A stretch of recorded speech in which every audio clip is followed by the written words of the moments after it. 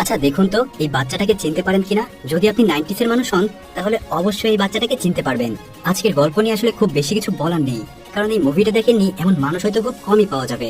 এই babies day out নামের মুভিটার সাথে জড়িয়ে আছে আমাদের অনেক অনেক স্মৃতি। ছোটবেলায় এই বাচ্চাটার হাস্যকর সব কাজ কারবার দেখে হাসতে হাসতে পেটে খিল লেগে যেত আমাদের সবারই। তো চলুন আজকে এই মুভির এক্সপ্লেনেশনের মাধ্যমে ছোটবেলার স্মৃতিটাকে একটু মনে করা যাক। গল্পটা আমেরিকার শিকাগো শহরের এক বিখ্যাত ধনী পরিবারের, আর এই পরিবারেই রয়েছে আমাদের সবার আদরের এই ছোট্ট বাচ্চাটা। আদর করে তার বাবা মা তাকে বিঙ্ক নামে ডাকে। তাকে দেখার জন্য তার বাবা মা গিলবার্টিন নামে এই মহিলাকে রেখেছে। বিঙ্ক কিন্তু সবসময় অ্যাডভেঞ্চার অফ বেবি বো নামের একটা ছোট্ট গল্পের বই পড়তে পছন্দ করে। গিলবার্টিন সবসময় তাকে এই বইটা পড়ে শোনাতো। বইটা প্রতিদিন শুনতে শুনতেই তার প্রায় 100 বারের উপরে এই বইটার গল্প শোনা হয়েছে।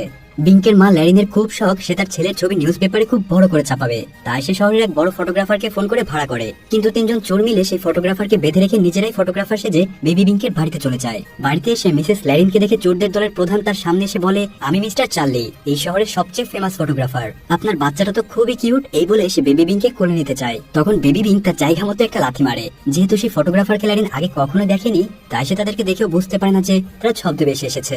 সে তাদেরকে আসল ফটোগ্রাফার ভেবে বেশ প্রশংসা করতে থাকে। কিছুক্ষণ ফটোগ্রাফারদের মতো অভিনয় করার পর চোরদের দলের প্রধান, যার নাম এডি, সে ল্যারিনকে বলে, আপনার বাচ্চাকে কিছুক্ষণ একটু আমাদের সাথে একা ছেড়ে দিন। আপনি এখানে থাকলে সে বারবার আপনার দিকে তাকিয়ে থাকবে, আর এতে তার ছবি বেশি ভালো আসবে না। আর সেই সাথে আপনি যে জামাটা পরে আছেন এটাতে আপনার সৌন্দর্য ঠিকমতো প্রকাশ পাচ্ছে না। আপনার নিশ্চয়ই এর চেয়ে আরো অনেক ভালো জামা আছে, আপনি সেগুলোর মধ্যে থেকে একটা ভালো জামা পরে আসুন।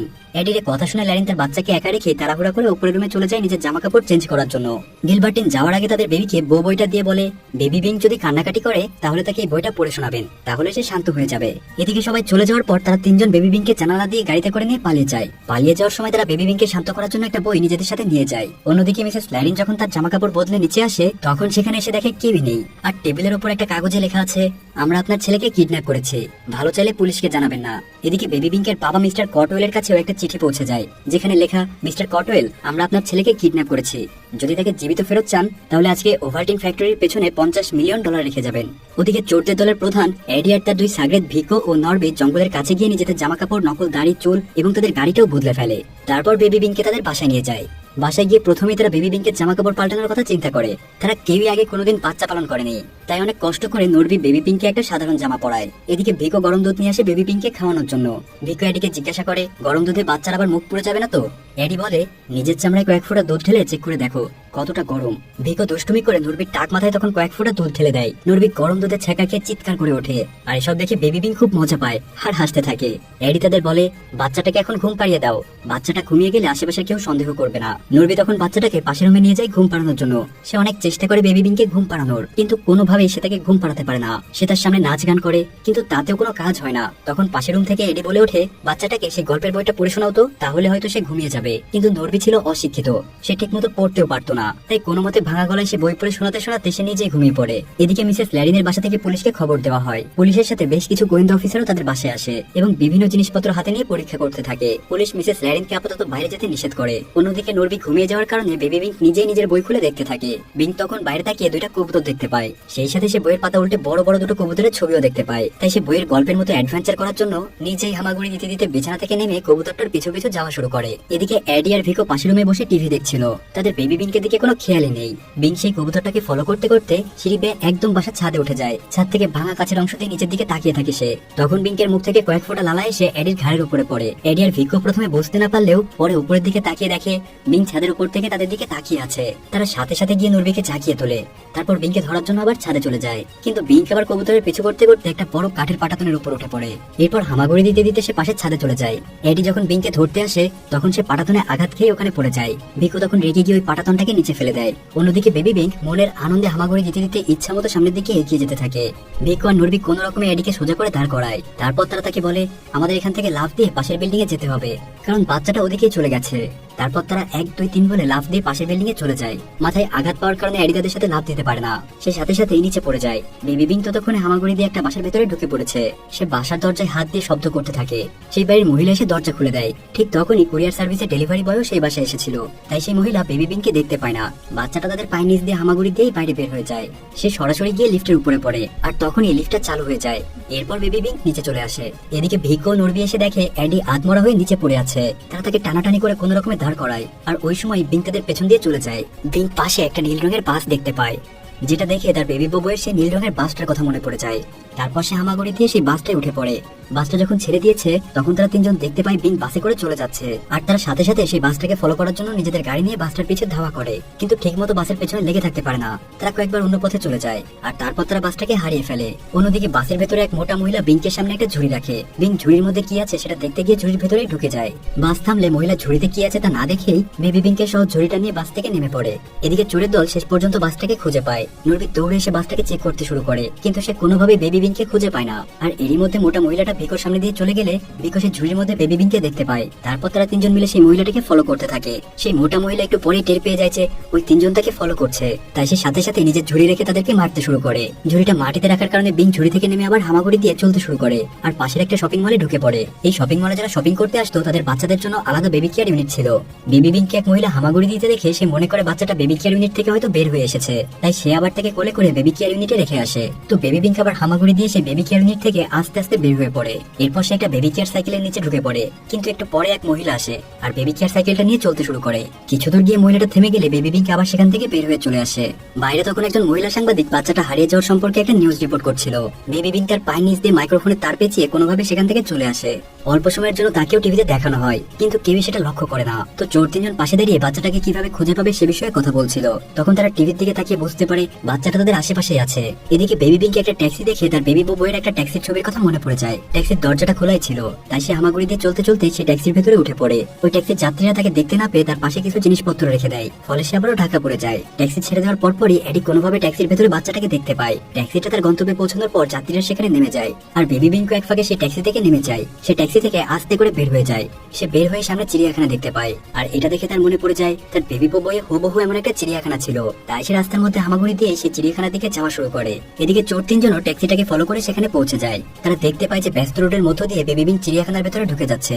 বিংক অনেক ছোট হওয়ার কারণে গাড়ির নিচ দিয়ে খুব সহজেই চলে যেতে পারছিল, কিন্তু চোর তিনজন কিছুতেই রাস্তা পার হতে পারছিল না। তাদের রাস্তা পার হতে অনেক সময় লেগে যায়। ততক্ষণে বেবি বিংক চিড়িয়াখানার ভেতরে ঢুকে যায়। তারা তিনজন যখন চিড়িয়াখানার ভেতরে আসে তখন তারা দেখতে পায় বেবি বিংক একটা গরিলার খাঁচার ভেতরে ঢুকে গরিলার সাথে বসে আছে, আর গরিলাটাও বেবি বিংককে খুব আপন করে নিচ্ছে। তারা তিনজন বাচ্চাটাকে সেখান থেকে বের করার অনেক প্ল্যান করে।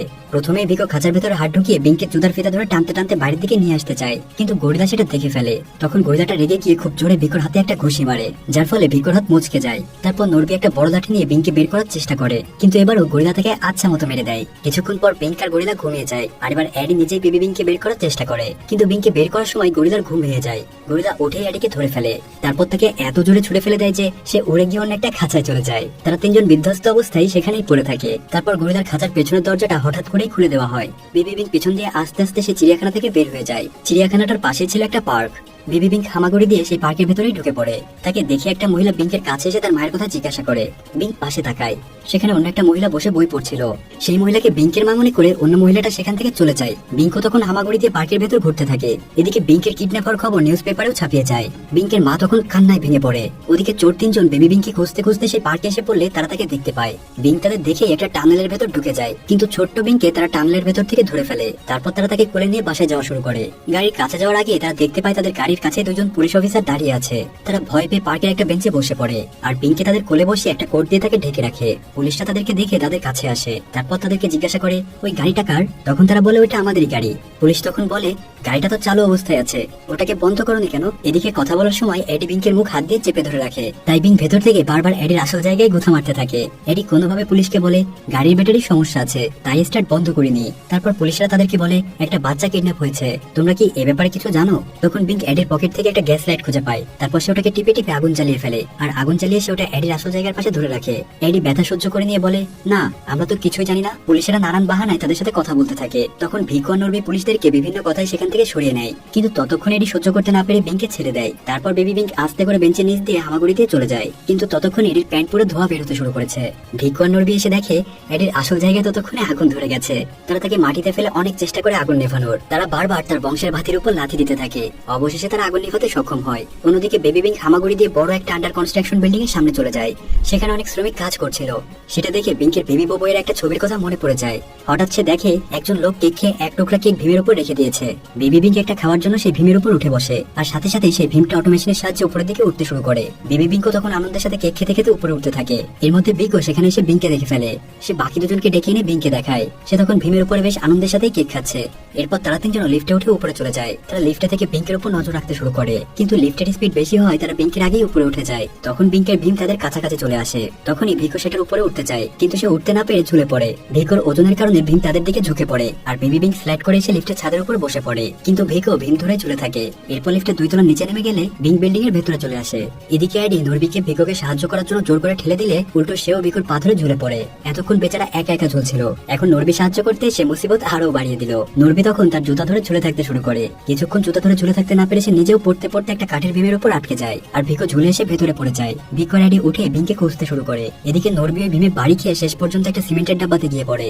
পরপর টানা কয়েকবার অ্যাক্সিডেন্ট করায় ভিকো একটা ময়লার ডাব্বাতে গিয়ে পড়ে। দুজনকে দুই দিকে হারিয়ে অ্যাডি তখন একাই বিঙ্কে খুঁজতে থাকে, আর সৌভাগ্যবশত অ্যাডি বিঙ্কে পেয়েও যায়। সে বিঙ্কে দেখেই বলে ওঠে, আজকে তোকে খাইছি রে বেটা, আমি সারা জীবনে এত কষ্ট করি নাই। একটা পুচকে বাচ্চা হয়ে তুই আমাকে যে ঘুরান ঘুরিয়েছিস, আজকে তোর খবরই আছে। এই বলে সে যখন সামনে আগায় তখন বিঙ্কের মুখে লালার উপর পিছলা খেয়ে সে আবার পড়ে যায়, আর সাথে সাথে একটা হাতুড়ে এসে তার কপালের উপর পড়ে। বেবি বিঙ্ক এসব দেখে হাসতে হাসতে সামনে এগিয়ে যায়। এডি কোনো মতে উঠে দাঁড়ায়। মাথায় আঘাত পাওয়ার কারণে ব্যালেন্স করতে না পেরে সে রং মিক্সড করার একটা মেশিনের সুইচ টেনে দেয়, আর সাথে সাথে উপর থেকে পিচ্ছিল রঙে সে তার সারা গায়ে পড়তে শুরু করে। তার সারা শরীর আটাতে মেখে যায়। সে উঠে আবার ডায়লগ মারতে শুরু করে, তোকে আমি ছাড়বো না পিচ্চি বান্দর, আমি তোকে খুলি করে ফেলবো। কিন্তু এসব বলতে বলতে ওই পিছলা জায়গায় সে আবার পড়ে যায়। বিং তখন একটা ক্যারিং লিফট দেখতে পেয়ে তাতেই উঠে পড়ে। তারপর সে সেটাতে করে নিচে নামতে শুরু করে। এডি বিংকে দেখতে থাকে আর বলতে থাকে, আমার টাকা পয়সা সব চলে গেল রে, আমার সব শেষ হয়ে গেল।